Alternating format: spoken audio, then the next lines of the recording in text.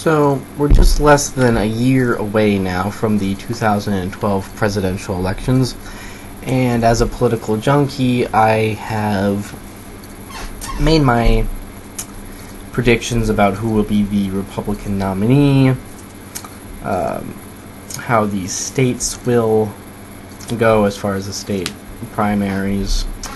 I predicted, along with many other people, that Mitt Romney will be the nominee. But now I'd like to talk about how I think the general election might go. After carefully examining the Electoral College map, I think it is very possible that there could be a tie in the Electoral College. And I'll explain why. I have here a map of the Electoral College. Now, as you can see, the states with the little purple dot in them, those are the states that could swing away from what I've colored them in as. Now, I'll explain how these states will fall out. Democrats will win the states that they have to. Hawaii, California, Oregon, Washington, Minnesota, Wisconsin, Illinois, Michigan, Pennsylvania,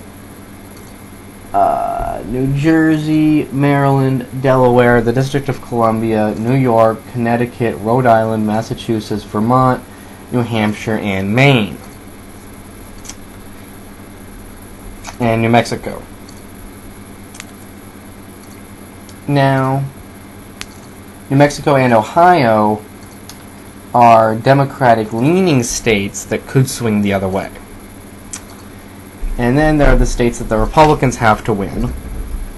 Alaska, Arizona, Utah, Idaho, Montana, Wyoming, North and South Dakota, Nebraska,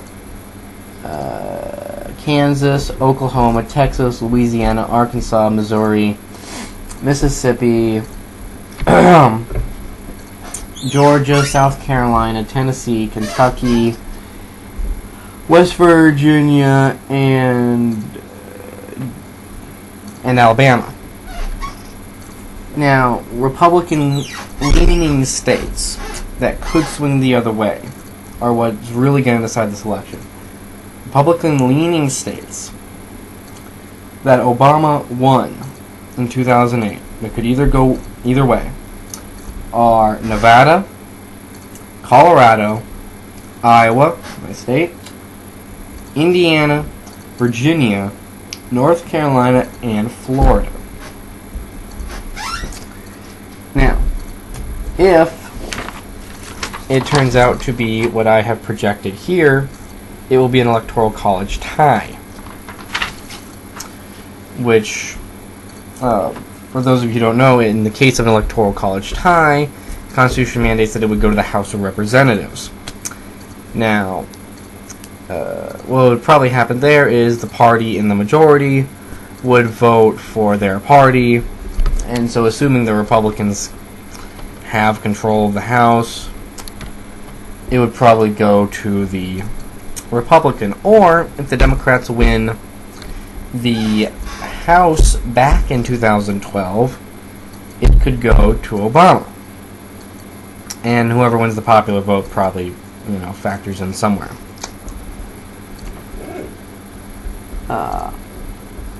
But here's the more important issue.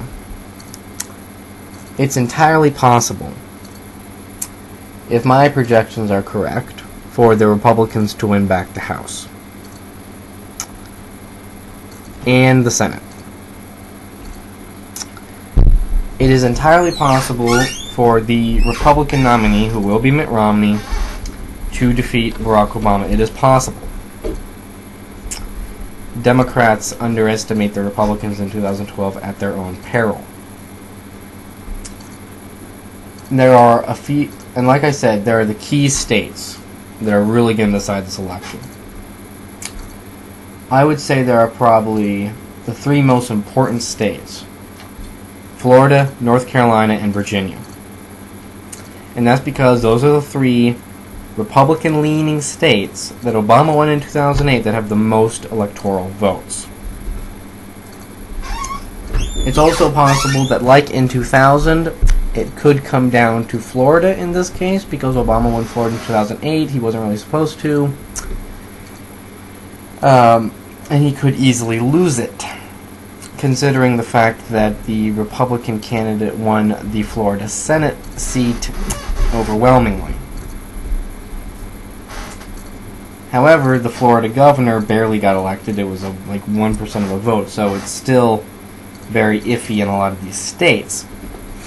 Now, states like North Carolina and Indiana, I think, are very unlikely to vote for Barack Obama. Again, mainly because those states only voted for Obama by a fraction of the popular vote.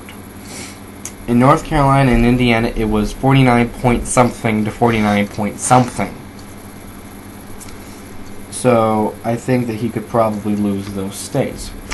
Iowa, my state, he won with 53% of the vote last time. However, Bush won in 2004. Gore won in 2000 by a slight percentage.